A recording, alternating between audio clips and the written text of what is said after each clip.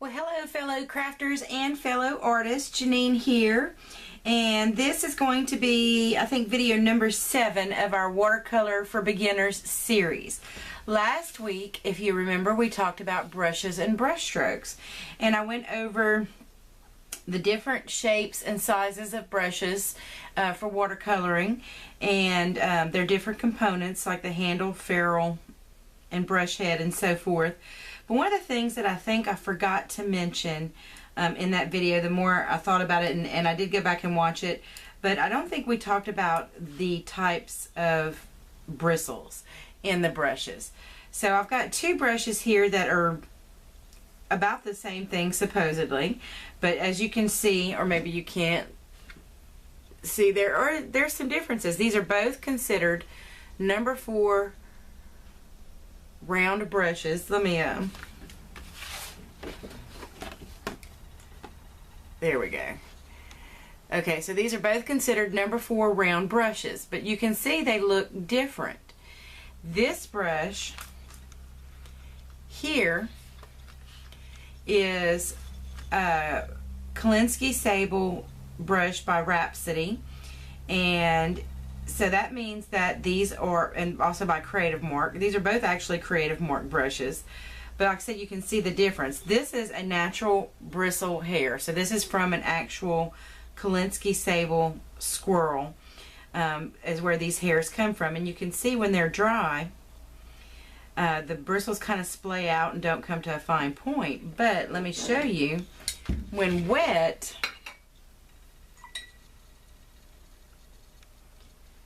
these bristles will come to a very fine point. So think about like your hair.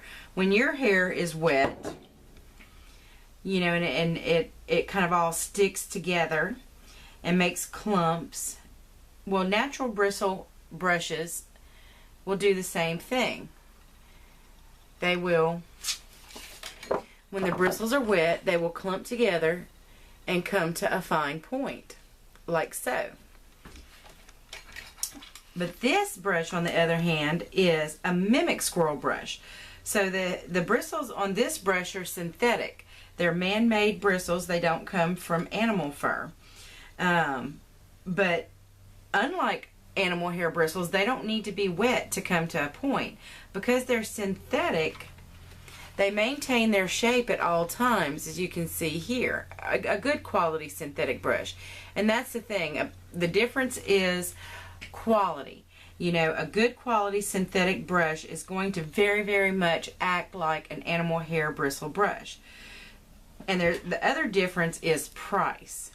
This brush, in this hand, this Kolinsky Sable brush at Jerry's Artorama runs about $35 is its normal price. This brush I got in a pack of 8 brushes for $30.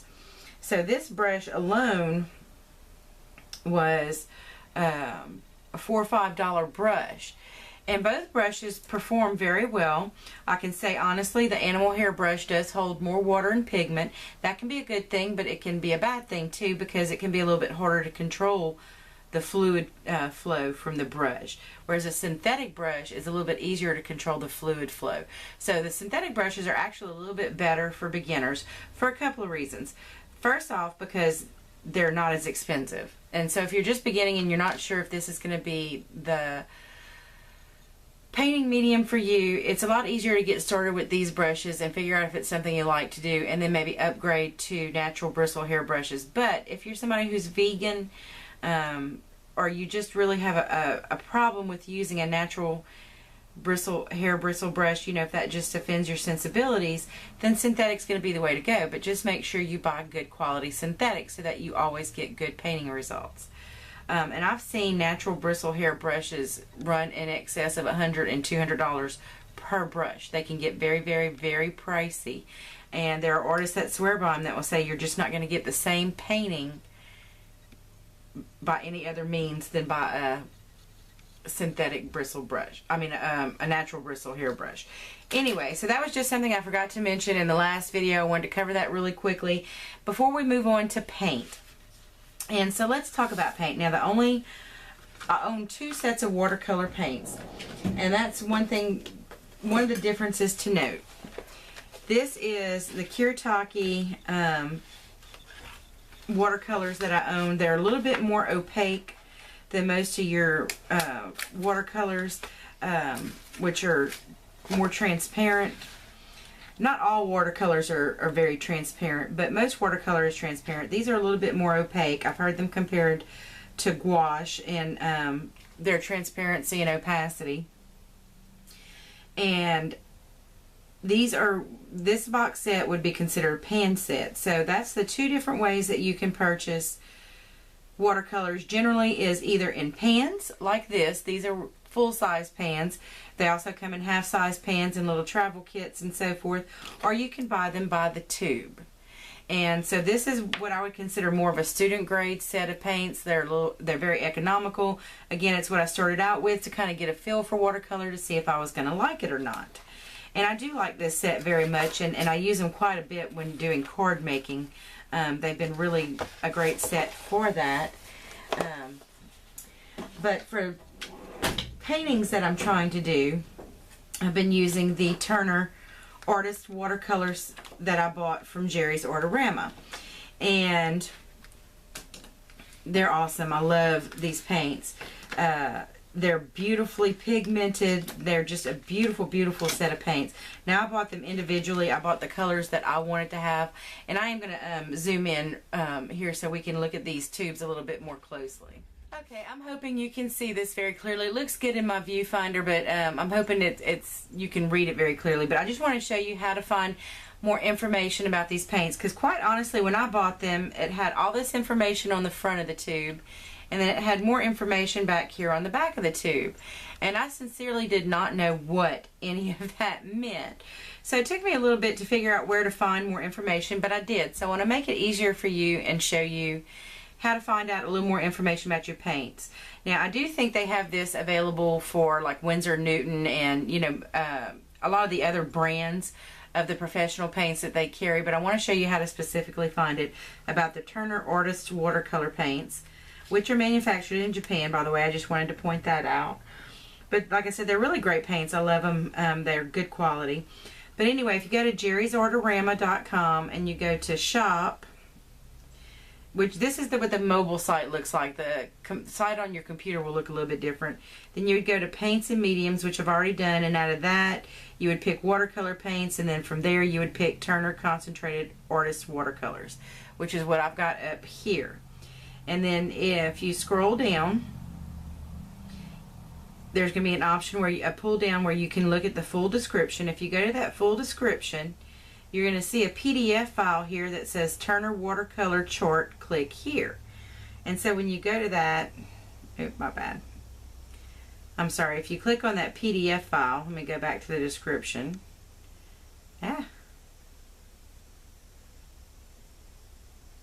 You want to look at that PDF file, and on my phone it's going to download, hopefully. Okay, finally, I'm sorry.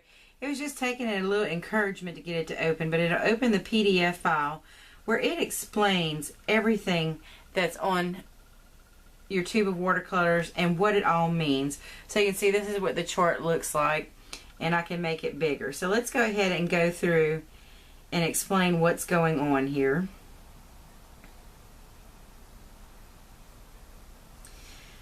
One of the things you're going to notice that it says is of course, the name of the paints, and then it has a number, and then it says series. And here I've got a Series A. I've got a couple of Series A out for us to look at. A couple of Series B, a Series C, and a Series F. I didn't get any of the other series. I just got A, B, C, and F. The number on the paint is, of course, they have the number of the paint color and then the name of the paint color. But the number is simply the paint color for Turner. So that number refers to a specific paint color.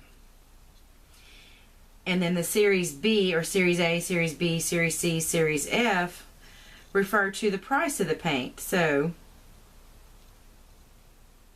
I'm going to find that here in a minute. Okay, I do have every pricing range represented here. I'm sorry, it took me just a minute to find it on this chart. because there's a lot of information on this chart. So the price ranges are Series A, Series B, Series C, and Series F. There's 4 different price ranges. Series A is your more expensive colors, and that's because the pigments that it takes to make those colors are more expensive to mine or to reproduce, or whatever the case might be. So they're more expensive colors to come by because of the cost of production of them. Series B and Series C are going to be your mid-range prices, and then Series F is going to be your more inexpensive, because the pigments to make the Series F are pigments that are easier to come by, and so they're not nearly as expensive to reproduce. So that's what the number refers to the color.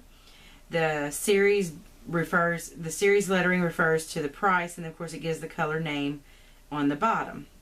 So now let's turn these over, because there's a lot more information to be found on the back. Really, what you really need to know about these paints is on the back. So the first thing you're going to see is on each one of them, on the right side of the barcode at the top, says there's a couple of letters and then a number. So this one is like PR 108, PY 109, PY 150, and PY 110, and PY 109, which means that is this particular color, this permanent gamboge. It took 3 different pigments to make this color. These are single pigment colors, and that's kind of part of the reason why they're a little pricier. This is a single pigment color. This is this Payne's Gray. It took 3 pigments to make. This one took 1, and this one took 1. So that's what those are. So the PV stands for pigment violet, and 23 is the number of the pigment. So it would be pigment violet 23, which when we refer to the color index, and we go to PV 23, that is carbazole dioxazine. So that's the name of the actual pigment that's used to make that paint. This one's PB 15, so that would be pigment blue 15. Let's see, and that would be I cannot pronounce this, phthalocyanine. So it would be copper phthalocyanine would be the pigment that was used to make this phthalo blue, and so forth and so on. I'm not going to look up every one of them, but that's basically what it means. It's pigment blue, and then the number, and that tells you exactly what mineral or other type of pigment was used to produce that paint. Then you'll see underneath that is light fastness rating. And so they're either going to be 1, 2, or 3 star. And so you can see I have a variety here. I have 2 stars, 3 stars, 1 star, 3 stars, 3 stars. And so there is a possibility of having no stars, but all of the paints that I have at least 1 star. So the 1 star means that the light fastness is fair. It only has a 10 to 20 year rating. If it had no star whatsoever, it would mean that it's very poor, that it would have less than a 10-year rating. If it's 2 stars, it has a 20 to 30 year light fastness rating, which means that it won't fade in light, or it'll take at least 20 to 30 years in sunlight to fade. And if it has 3 stars, then it's 50 plus years light fastness rating, so that means in sunlight the pigment color will last for 50 plus years. And then underneath that is transparency rating. So I have a transparency A here, a couple of them here, a C here. I have all A's and C's. So that's telling you if the pigment is going to be very transparent or if it's going to be very opaque. And of course you can change the transparency by adding more water, but you also tint the color when you do that, which means you lighten it. If it is a 3 star, if it is an A, then it is very transparent, which is what most watercolorists want, is they want their colors to be very, very transparent. A B is a semi-transparent, and C is opaque. So C is kind of leaning towards the gouache.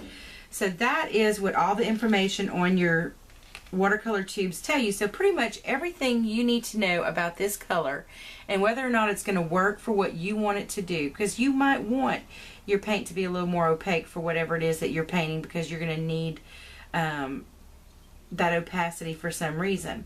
But if you're wanting to make sure that your paints are light fast and that they're transparent, then you're going to be able to find that on the tube of paint itself. But it did take me, like I said, a little research to figure out what did all this information on my paint tubes mean. If you're really somebody who's kind of a purist and you just want single pigment colors and you want to do all your own mixing, well, you're going to be able to find that out by looking at these tubes also. Like this permanent gamboge is made with 3 different pigments.